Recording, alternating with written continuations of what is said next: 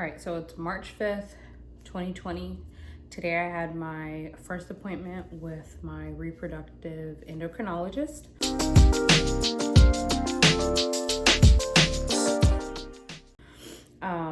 And so we went over like a few things. Like a couple weeks ago, I was supposedly diagnosed with PCOS. So this is like initially why I needed to go see, or at least in my opinion, why I needed to go see a reproductive endocrinologist, on top of the fact that I wanted to do the single mother by choice path. So first she wanted to actually confirm that I do have PCOS, that there's a difference between PCO, which is just having polycystic ovaries, and having polycystic ovarian syndrome. And so like the main difference is, I guess you have a large number of follicles in your ovaries, and follicles are what create the eggs or hold the eggs, whatever. And that's when you have polycystic ovaries, having a lot of follicles in your ovaries. Now, while polycystic ovarian syndrome is when you have a lot of the follicles on top of having high, she like wrote a bunch of notes for me. Having high androgens or testosterone. And so that's like, I guess, the metabolic side. So I had, so my appointment was at 10. I was supposed to get there no later than 9:30. I got there around like 9:10, 9:15. I had to fill out like the privacy statement. It's my first time there, so I had to fill out like just the history of my menstrual cycles and stuff like that. They'll ask like how old were you when your menstrual cycles first started, and how long your cycle lasts, so not just your period but your entire cycle, and then like the length of the bleeding. And so like I gave all that information. But again, so once I finally met with the actual RE, she said that she wanted to test to see or confirm that I do have PCOS, which she doesn't think that I do. And so we did that. I did an ultrasound, and then had blood drawn. They literally took like probably like 10 vials of blood. I was just like filling up vial after vial after vial.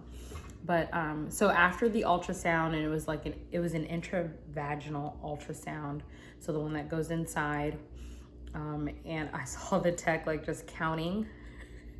One, I couldn't see anything. Like I saw maybe like 2 circles in the ovaries. She counted like 16 or something like that. So clearly I could not be an ultrasound tech. But so she counted in abundance, I guess. And so yeah, I went back and met with the doctor again, and she confirmed I have polycystic ovaries, but not until she gets the results of the blood draw can she say whether I have polycystic ovarian syndrome or polycystic ovary syndrome. But she did go over like all the options of like artificial insemination. And so there's 4 options. I'm reading that right. So there's 4 options. There is the first option, which is an IUI, or I guess there's 4 options that we talked about. The first option is an IUI, which is intrauterine insemination, and you can do it on a natural cycle, where you just like have your bleed, and then you have your bleed, and you'll take OPKs or ovulation tests at home, and you will give the doctor, I guess, a call the morning that you get a positive ovulation test, and they'll come in the next day to do your insemination. The second form or option that I have is an IUI, but I guess like medicated, and so Femara, letrozole, or something like that. Those 2 options, or I think it's one thing, 2 different names. And you'll start taking that on a certain day of your cycle, And then you get like an HCG, I believe it's HCG trigger shot, which I guess makes sure that you ovulate in a certain time frame. And then again, you go in and do the artificial insemination or intrauterine insemination. And then the second, or the last two is like IVF. I think a lot of people are familiar with IVF, but they're not so familiar with InVicell, which I thought was super cool. So IVF, you know, like they'll remove some of your eggs, they'll take the sperm, donor sperm, your partner's sperm, whatever, and then they'll put them in a petri dish and allow them to marry or fertilize. And then I guess they're incubated for, I want to say 5 days, and then they're taken out and they're inserted into the uterus. With InVicell, there's like this little plastic thing. They put, it's like 3 pieces and they like clasp together. And so they put the eggs and the sperm into like the little tip of it. They like twist them all together and they insert it into your vagina and put a diaphragm. I think I'm like, I guess relaying it properly. And you leave that in for 3 to 5 days. So instead of incubating the egg and sperm in an actual incubator, you're doing it in your body. Gotta sneeze. You're doing it in your body. And I actually asked her, like, do these ever fall out? And she said they have fallen out, but if they do, or if it does fall out, just wash it and insert it back in there. Because clearly it needs to stay warm. That's what you're incubating it for. But yeah, and then so 3 to 5 days, it'll incubate, and then they'll pull it out, yank it out, just kidding. They'll pull it out and I guess see how the, what are they called? Embryos have formed. I guess they're called blastocysts at this stage. And then they'll insert a good embryo into your uterus. So I guess like the main difference is there's a little device that you stick inside yourself. Another difference is that usually I guess with in vitro fertilization or IVF, you can form multiple embryos and then freeze some for later. And then with InVicell, you're usually just making one baby.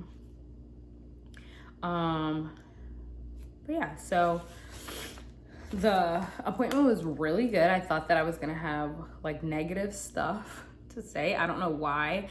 I just thought that there was gonna be some type of like passing judgment or something, but it seemed like they were super excited, even though I knew I was going to a fertility clinic, and they probably ran into people or women who wanted to have children on their own all the time. For some reason, I just thought it would not be positive, probably because the last doctor I went to in this area was not positive, but it was not for, she was not a reproductive endocrinologist, she was an OBGYN. Another thing, in October, so November, December, January, 5 months ago, I was pregnant, and that other OBGYN told me that it was a chemical pregnancy, but this RE actually explained, I guess like people call it a chemical pregnancy, but you're indeed pregnant. So your fallopian tube, or at least one fallopian tube, works. And it implanted. So it's like your body works, you know? So they have a test called an HSG test. I'm not really sure what it stands for. But during that procedure, you're sedated, and I believe you're sedated. I think you're sedated, and they put a dye in your uterus, and it fills the entire uterus, and then it goes into your fallopian tubes and out. I don't know what it comes out of, because I feel like your ovaries are at the end, but it comes out. And then it'll show like if your fallopian tubes are open, etc. And I will be having that procedure just to make sure everything's good. Also in the ultrasound today, they noticed that I have a polyp. So I have to have a procedure to have the polyp removed. And then we'll move forward with everything else. So this is day 1. We'll see what happens.